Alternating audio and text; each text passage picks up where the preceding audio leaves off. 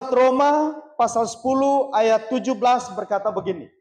Jadi iman timbul dari pendengaran dan pendengaran oleh firman Kristus. Tidak ada keterangan Alkitab mengatakan bahwa firman atau iman itu tumbuh dari orang nonton sinetron. Ya kan? Tidak ada keterangan apapun yang menjelaskan bahwa iman itu tumbuh dari orang baca koran. Juga tidak ada pertumbuhan iman itu tumbuh dari orang ketika menghabiskan waktunya di depan televisi. Enggak. Jelas firman Tuhan bagi saya dan Bapak Saudara bahwa iman itu hanya tumbuh ketika kita serius memperhatikan firman Tuhan. Firman Tuhan akan menuntun kita kepada pertumbuhan itu. Oleh karena itu, saya mengibaratkan iman itu adalah satu benih. Coba lanjut lagi slide-nya. Iman itu adalah benih. Benih ini ada di dalam hati semua orang. Amin. Ya. Benih ini ada di dalam hati semua kita. Benih ini juga ada di dalam hati orang yang tidak ada di sini. Benih ini juga ada di dalam hati orang yang tidak percaya. Ada benih itu. Tetapi pertanyaannya adalah bagaimana caranya supaya benih ini tumbuh? Kan gitu.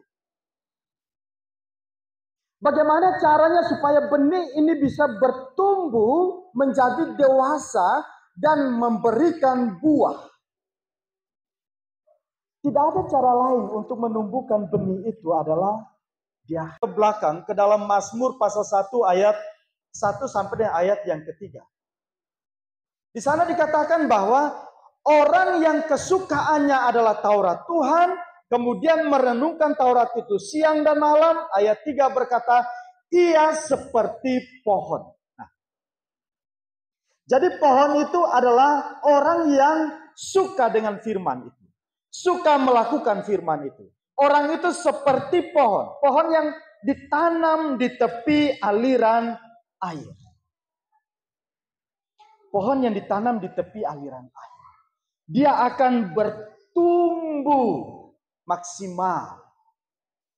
Dia akan bertumbuh menjadi dewasa. Oleh karena itu Bapak Ibu sebenarnya tidak cukup bagi kita untuk hanya mendengar firman hari Minggu saja. Tidak cukup bagi kita hanya mendengar firman saat persekutuan ibadah organisasi saja. Tidak cukup.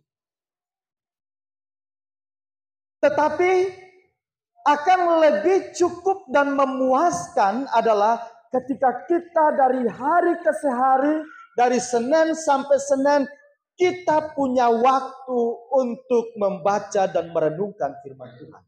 Itulah yang dibilang orang yang kesukaannya Taurat Tuhan, merenungkan Taurat itu siang dan malam. Orang itu seperti pohon yang ditanam. Ditanam di mana? Di tepi aliran air itu. Firman ini adalah ibarat aliran air itu yang terus memberikan nutrisi, memberikan makanan kepada pohon yang tumbuh di tepi. Jadi saya mau mengajak kepada kita bahwa ayo kita gunakan semua waktu kita di setiap hari untuk baca firman. Amin. Ya. Supaya apa? Supaya kita terus bertumbuh menjadi dewasa dalam kehidupan kita. Dan kita lihat bahwa firman itu menjamin 4 berkat luar biasa bagi kita.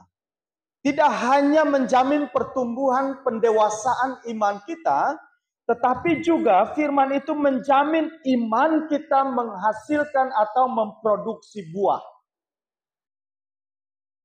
Bagaimana kita bisa berbuah secara baik, secara rohani, kalau kita jauh dari pinggiran atau jauh dari sumber aliran air itu, kita tidak akan bisa bertumbuh dan kita juga tidak akan bisa berbuah.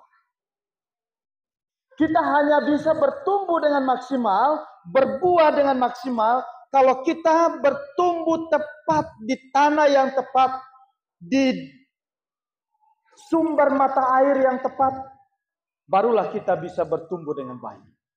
Dan kita akhirnya menghasilkan buah. Buah kehidupan rohani kita itulah yang akan menjadi kesaksian bagi orang-orang yang tidak mengenal Allah. Dan mereka akan mengenal Allah melalui kehidupan kita. Itu buah. Orang melihat saya, orang melihat Bapak Ibu Saudara, orang melihat semua jemaat Oikumene Gunung Gajah Abadi, ini orang-orang yang luar biasa. Amin. Ini orang-orang yang hebat, orang-orang yang bisa dicontoh, orang-orang yang bisa diteladani. Itu buah. Tetapi sangat berbeda kalau orang bilang, aduh, orang itu tidak bisa dipercaya, tidak bisa diteladani, tidak bisa dijadikan sebagai panutan. Itu namanya berbuah juga, tapi asam. Ya kan? Buahnya asam. Nah, saya mau katakan pada kita bahwa kita semua dituntut untuk berbuah supaya dunia mengenal Kristus melalui kehidupan kita. Lalu buah yang ketiga atau berkat yang ketiga adalah iman mengerjakan sukacita dan damai sejahtera. Bukankah ini semua kita cari dalam kehidupan kita? Yaitu sukacita dan damai sejahtera. Di dalam Mazmur dikatakan akan selalu hijau daunnya. Itu adalah bahasa simbolik tentang sukacita, tentang damai sejahtera yang akan terus dinikmati oleh orang-orang yang mendengar firman, mengerti firman, dan melakukan firman. Berkat yang terakhir katakan, apa saja yang dibuatnya berhasil. Amin. Ya. Jadi jangan mimpi berhasil dulu. Jangan mimpi sukses dulu kalau kita masih jauh dari sumber mata air.